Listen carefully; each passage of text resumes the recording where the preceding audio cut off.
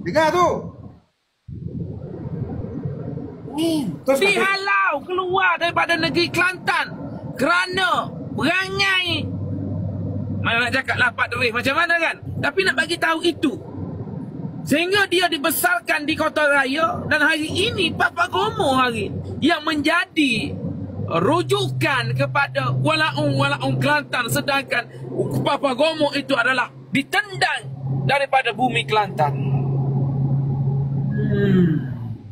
Wan Azri, Wan Deres ini berasal daripada Pasir Putih, Kelantan.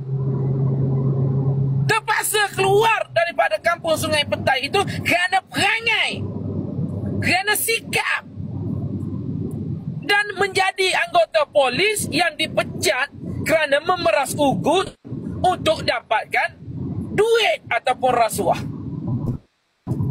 Dah terbukti orang macam ini kita nak jadikan sebagai rujukan lagi, menjadikan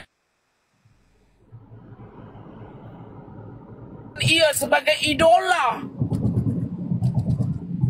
Adakah kita ini rakyat Kelantan yang diasuh dengan Islam, yang diasuh dengan agama, kita nak terpedaya dan terpengaruh dengan Papa Gomo? Ini baru Papa Gomo kalau Dajjal datang. betul. Baru nak cakap. Betul. Papa Gomo pun Papa Gomo pun kita dah terpengaruh dengan dia. Kalau Dajjal datang, lebih lagi lah kita kena tipu.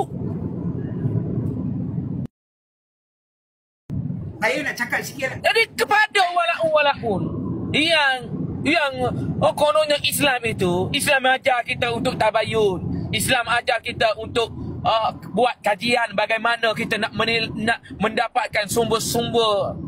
Kalau Papa Gomo pun kamu sanggup nak dijadikan sebagai idola, saya yakin dan percaya lepas ini ramai lagi walaun akan tertipu dengan godaan-godaan dunia ini, termasuklah Papa Gomo.